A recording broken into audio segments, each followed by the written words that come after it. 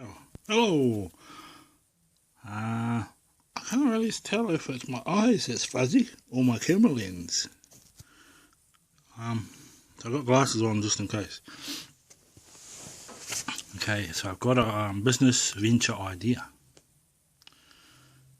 So since nobody watches my videos, I'll tell you really. Right, so around the world there are places where there are corners that collect gold. So there's a man that built a boat shed in a pristine location. He dug a deep hole with a machine and he put it on, so it has these scooping cups like the ones on the gold miners program. So he put it inside a boat shed and he lowers it down. There was nobody who owned that land, so he went to prospect claim it. Each of the 4 posts on his boathouse, they were, quite tall, but he has this walk-on platform, like a veranda, without any poles, nothing, no fence to stop you falling off it. So what he does is he has this, I suppose I could hold my hand like this, you can imagine that there's cups going in a circle. So he lowers that down into the sea towards the back corner bank where the most gold goes. And all he does is he runs it. He lets the gold collect up a wee bit.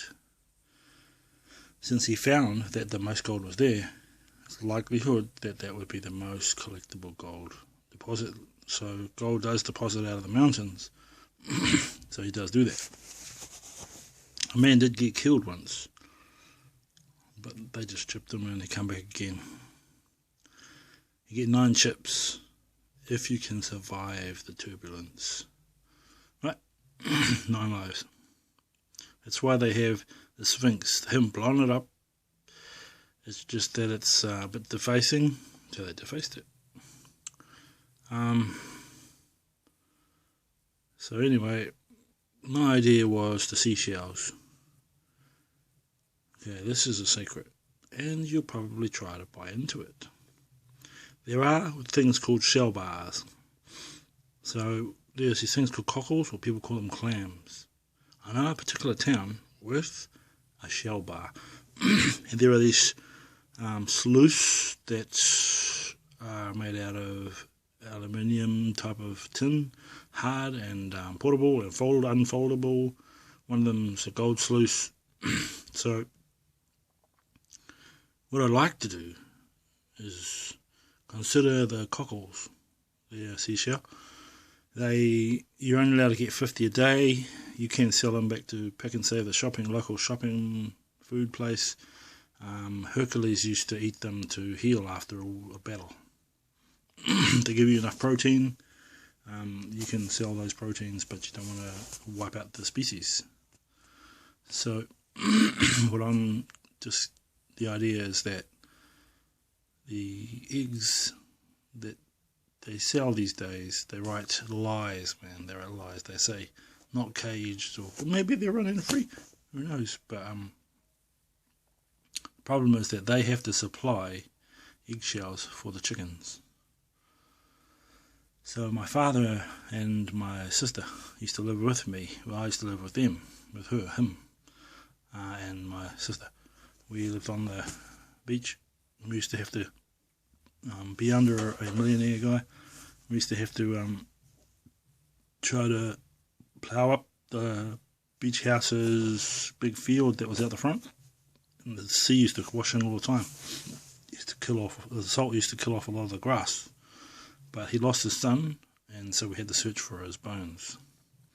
It was a gruesome task, but I had a connection with God and could pray to him, and he would come forth, and he would speak into me like a light being speaking into me, and give me signs and wonders, great miracles. Suffice to say that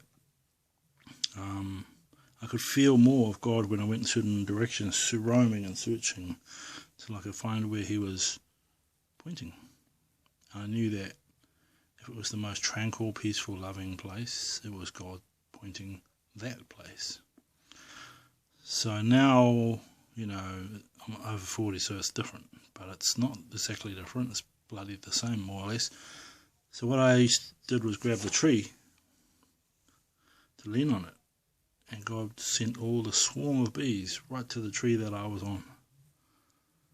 And my father said, "Son, get the bip out of there. Those bees will kill you. They're wild bees." And I was just like, "Oh yeah, okay. Dad, the big guy's over here. It's God's sign." And he said, "Oh, father, you're full of shit. Son, you talk a lot of shit. There's a lot of ghosts and stuff." I said, "Bullshit that." "Oh, look, Dad, don't want to believe me, whatever. Get your weed eater out and get some blackberry bushes chopped back." And then just like no time later, the landlord rang him and says, "I want you to get rid of those blackberries." And there was a shell place. There used to just be like a island sticking out of shell. And he used to, for some reason, there was unrest of a spirit there. And I used to always feel it hurting me. And my dad would see me walking along because I was sensitive to the spirits, because of these psychics that tuned my soul. They tuned the aura. They tried to fix it because they said that there was a dark spot and that I had to be careful because I had a dark spot. What it really meant was they knew my mum was a Māori. She was a little bit brown, a little bit black, and the thing is with her that she could talk to the spirits. And many souls were in her house. I still to this day have many surrounding me. I have haunted things in my house that the souls will not rest, but they want to come with me to the afterlife. But I shield them and protect them till I lose my property things. Then that could get out there anywhere. So we used to crush up the eggshell, is the moral of the story. We used to just put it, like the Africans, how they put the grain in a wooden tree that's hollowed out a bit. And you had a little big stick and they hammered it with a long big stick, and it will crush it up into pulp. Same for eggshells. The ones that come out of the chicken's butt, originally they were some kind of shell form. So you got to crush them up fine enough, because the chickens will get in, troubles. They won't be able to, they'll rip their butts to bits if it's not blunted. So you have to crush it until it's blunted and fine. And I mean fine. They do sell eggshell, or shell to the birds, but it has to be, like I said, super fine. So me and my dad, we used to go get bulkers, like these fishing containers that used to wash up, because we lived by the sea anyway. They used to always wash up where we were, and I just thought, God's just giving it out, mate. He's sending it to us. We used to go searching along the long walking beaches. We'd always end up with a fishing container or something. So we ended up with some boats and dinghies, and dinghies are the small boats. And then we had a long one, you could put a motor on the back. We got fishing lines, and we used to just stretch them across that paddock and catch tons of fish and go give them to the fish and chip shop.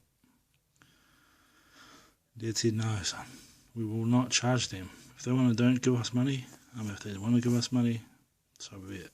But if they don't want to, it's okay too." But after a while, we started needing money because the prices would go up. But we didn't want to get greedy on anything.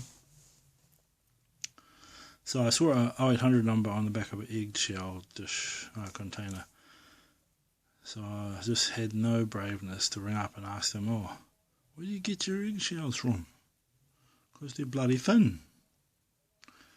And then I thought, well, I said, "Oh, I remember how my father used to get the eggs rich, and the chickens used to run around on the beach shore and pick up all the bugs, and that would give them protein, and because those bugs were real healthy, the chickens would just get muscly as, and they used to fight like freaking, brawling." So excuse me, it's COVID time, still getting better. Yeah, so that was it. That's the big story. So there are black sands around. With black sand comes gold. Alright. So think about it or don't think about it. Like or subscribe if you want to.